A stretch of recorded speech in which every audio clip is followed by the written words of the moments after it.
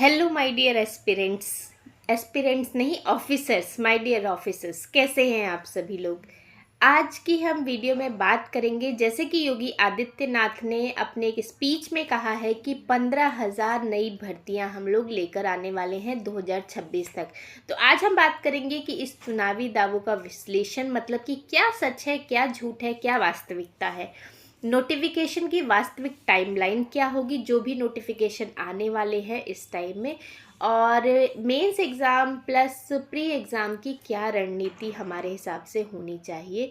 तो इस पूरी वीडियो में हम इन टॉपिक्स पर पूरे इस टाइमलाइन पे बात करेंगे। तो चलिए वीडियो शुरू करते हैं। उससे पहले अगर आप पहली बार चैनल को देख रहे हैं तो चैनल को सब्सक्राइब ज़रूर करके जाइएगा, क्योंकि ऐसी ही लेटेस्ट अपडेट आपके पास में लेकर आती रहती हूँ। इसके अलावा मेंस की तैयारी भी मैं अपने चैनल पे कराती हूँ, जिसको आप प्लेलिस्ट में जाके देख सकते हो। तो चलिए वीडियो शुरू करते हैं। सबसे पहले हम लोग बात करेंगे कि वास्तविकता क्या है। 15,000 नई भर्तियों के बारे में कहा गया है, तो क्या ये नई भर्तियां नई आने वाली हैं? वर्तमान स्थिति क्या है, नोटिफिकेशन कब तक आएगा और आपकी रणनीति क्या होनी चाहिए, इस पे प्रॉपर बात करेंगे। तो सबसे पहले 15,000 का गणितीय आंकड़ा कैसे बना, इस पे प्रॉपर बात करते हैं। देखिए, ये नई भर्तियां बिल्कुल भी नहीं है। 15,000 जो 2026 के लिए कहा गया है कि नई रिक्तियां निकलने वाली हैं, ऐसा बिल्कुल भी नहीं होने वाला। 2023, 2024, 2025 में जो भी वैकेंसी अब तक की पेंडिंग पड़ी थी, उसी को पूरा मिला के यहाँ 15,000 कहा जा रहा है। जैसे कि यूपी पीसीएस 2024 और आरओ एआरओ की जो भर्तियां 2023 आरओ एआरओ वो जारी हैं और ऑलमोस्ट कंप्लीट भी हो चुकी हैं। तो इसको हम लोग यहाँ से हटा देते हैं। इसके बाद एलटी ग्रेड की यहाँ पर आयोग की पहली प्राथमिकता होगी, जिसमें लगभग 7,500 पद यहाँ पर देखे गए हैं। तो आप लोग ये चीज़ जानते होंगे कि यूपी पीसीएस आयोग के थ्रू ये पद भरे जा रहे हैं। इसके अलावा मेडिकल और स्वास्थ्य शिक्षा अधिकारी के लगभग 2100 पद है, 2100-2200, तो ये भी इसके अंदर समाहित होते हैं। तो 9-10 हज़ार तो पद आपको यहीं देखने को मिल गए। इसके अलावा और जीआईसी लेक्चरार और अन्य टीचिंग भर्तियां हैं, वो भी इसके अंदर सम्मिलित हैं। तो कहने का मतलब ये है, कोई नई भर्ती नहीं आने वाली। जितनी पेंडिंग भर्तियां थी उसी को मिला के योगी आदित्यनाथ जी ने कहा है कि लगभग इस सेशन के ख़त्म, सेशन मतलब कि ये जो हमारा पूरी सरकार चल रही है, इसको चुनाव होने से पहले इतनी भर्तियां इन लोगों को करनी बहुत ज़्यादा ज़रूरी है। अब हम टाइमलाइन देख लेते हैं कि आयोग का जो सर्वर है वो पूरा फुल हो चुका है। तो आपने अब तक देखा कि जनवरी से मई तक के बीच कोई नोटिफिकेशन नहीं आया है, ये लॉक्ड है, फ्रिज है। तो इसके बीच कोई भी यूपीपीसीएस ने नोटिफिकेशन जारी नहीं किया है। नोटिफिकेशन जारी कब हो सकता है? मिड जून में ये नोटिफिकेशन जारी हो सकता है। अब बात करते हैं कि ये लॉक्ड क्यों है। क्योंकि आप लोग जानते हैं कि एलटी ग्रेड का मेंस पेपर होने वाला है, तो 80% पूरा आयोग उसमें बिजी है। यहाँ पर जीआईसी और अन्य टीचिंग भर्तियों के लिए भी 15% आयोग का काम वहाँ चल रहा है, और अन्य प्रशासनिक काम तो आप लोग जानते ही हैं, क्योंकि आप भी जाने वाले हैं प्रशासन के अंदर, तो उनका भी एक अपना काम होता है, तो वो भी यहाँ पर वो लोग अपना निपटा रहे हैं। तो 15 जून से पहले किसी भी नए नोटिफिकेशन का वेट ना करें। मिड जून के बाद ही आयोग खाली होगा थोड़ा सा और नोटिफिकेशन जारी करना शुरू करेगा अपना। बात करते हैं अधियाचन का फनल की क्या स्टेटस है इस समय, मतलब कि प्रक्रिया क्या चल रही है अधियाचन के क्षेत्र में और विलंब का कारण क्या है। तो सबसे पहले डिपार्टमेंट की बात करते हैं। तो सरकारी विभाग की गणना और लोक सेवा आयोग को भेजते हैं, मतलब कि जो डिपार्टमेंट में जितनी भर्तियां खाली हैं, रिक्तियां हैं, उसको कैलकुलेट करते हैं और फिर वो यूपीपीसीएस आयोग के पास भेजा जाता है, लोक सेवा आयोग के पास, कि इतनी भर्तियां हमारे आयोग में, डिपार्टमेंट में खाली हैं।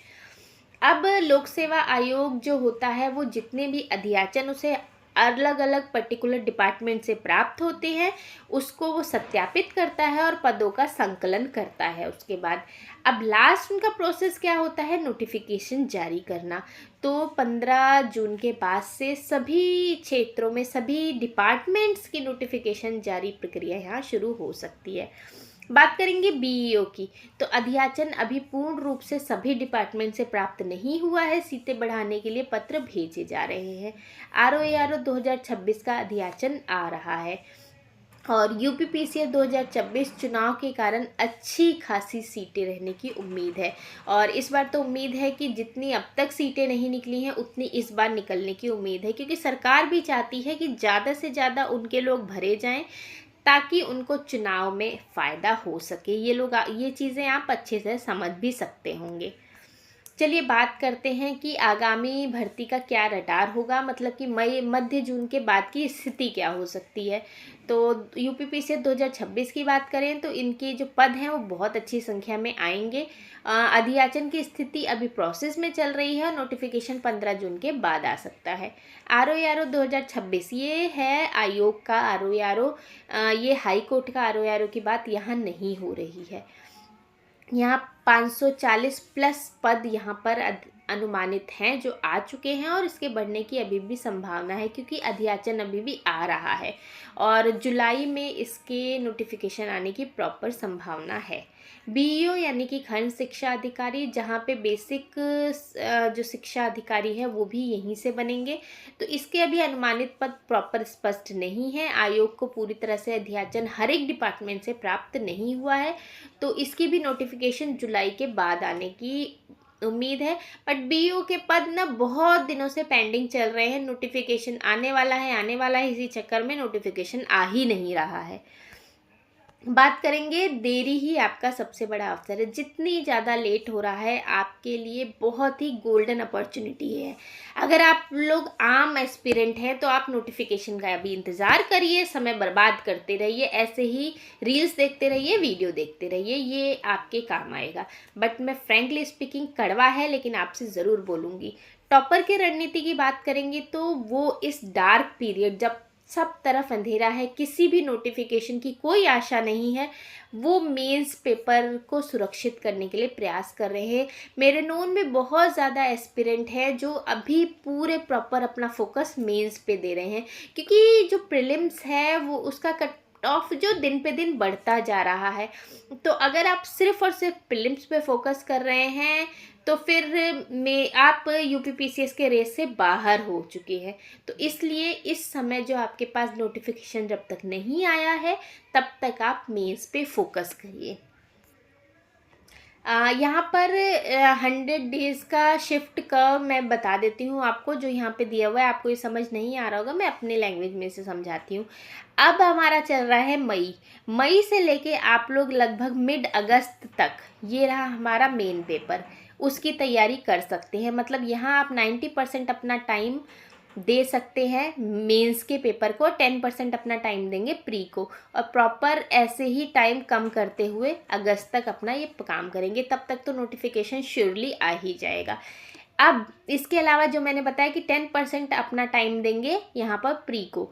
अब प्री का टाइम यहाँ से बढ़ाते बढ़ाते आप अगस्त से पीक पे होंगे प्री को टाइम देने के लिए, और मेंस का टाइम बिल्कुल कम कर दोगे।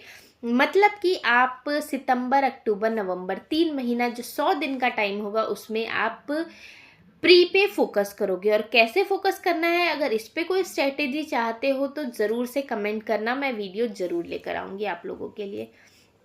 तो इसके लिए आप मुख्य परीक्षा आपका ये जो आपको बिल्डिंग बनाएगा आपके लिए।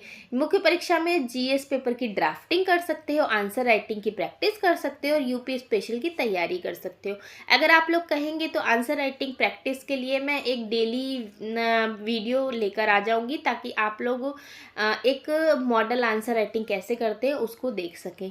अब प्रारंभिक परीक्षा के लिए आप लोगों को क्या करना होगा, 100% फोकस प्रीलिम्स पे आप दे सकते हैं। इसके लिए आप टेस्ट सीरीज ज्वाइन कर सकते हैं, करंट अफेयर के रिवीजन कर सकते हैं और कट ऑफ क्लियर करने की कोई बेस्ट रणनीति बना के अपने कट ऑफ को क्लियर कर सकते हैं।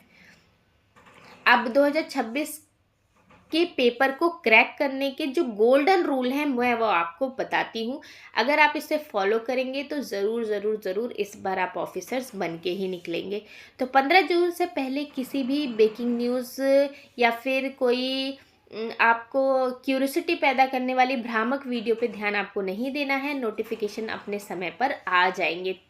तब तक आप अगस्त तक मुख्य परीक्षा की तैयारी कीजिए, उसका सिलेबस बहुत हद तक कंप्लीट कर लीजिए कि प्रीलिम्स के बाद केवल रिवीजन आपको करना पड़े मेंस पेपर का।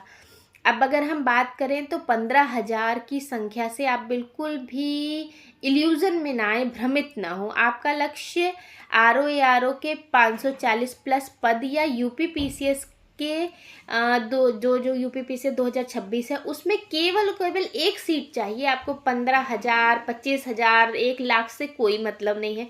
आपको सिर्फ एक सीट सिक्योर करनी है और बहुत आसानी से हो सकती है।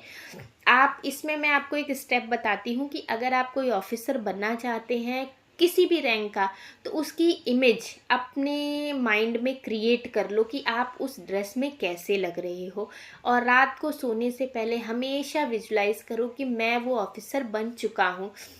ये टेक्निक होती है fake it till you make it, मतलब कि आप ऐसा बिहेव करो कि वो ऑफिसर आप बन चुके हो, बनोगे नहीं, बन चुके हो। तो आपका सबकॉन्शियस माइंड आपको वैसे ही एक्शन लेने पे मजबूर करेगा। इस टाइप के और भी हैक्स मैं आपको बताती रहूँगी वीडियोस में आने वाले, क्योंकि मैं लॉ ऑफ अट्रैक्शन पे भी काम कर रही हूँ और बहुत से ऐसे एस्पिरेंट हैं जिन्होंने इसे यूज़ करके अपनी लाइफ में बहुत ही सक्सेस पाई है। और मैं तो ऐसे एस्पिरेंट्स को भी जानती हूँ जिन्होंने लॉ ऑफ अट्रैक्शन यूज़ किया और ऑल इंडिया जर्नल की एक सीट थी उसको भी अपने लिए क्रैक किया। तो लॉ ऑफ अट्रैक्शन बहुत काम करता है, बस उसको सही डायरेक्शन में यूज़ करना आना चाहिए। तो ये सब चीज़ें तो करनी ही पड़ेंगी, क्योंकि कर्म के बिना कोई भी फल की इच्छा नहीं कर सकते। बट उसके अलावा अपने माइंड को भी प्रोग्राम करना पड़ता है। कैसे करना है किसी और वीडियो में बहुत डिटेल में बात करेंगे। अगर आप चाहते हैं इस टॉपिक पे बात करें तो ज़रूर बताइएगा कमेंट सेक्शन में। तो आज की वीडियो यहीं ख़त्म होती है। थैंक यू, आप यहाँ तक आए और यहाँ तक आपने पूरी वीडियो को पेशेंसली सुना, तो आपका बहुत बहुत धन्यवाद। Thank you, thank you, thank you, thank you very much. फिर मिलते हैं किसी नेक्स्ट वीडियो।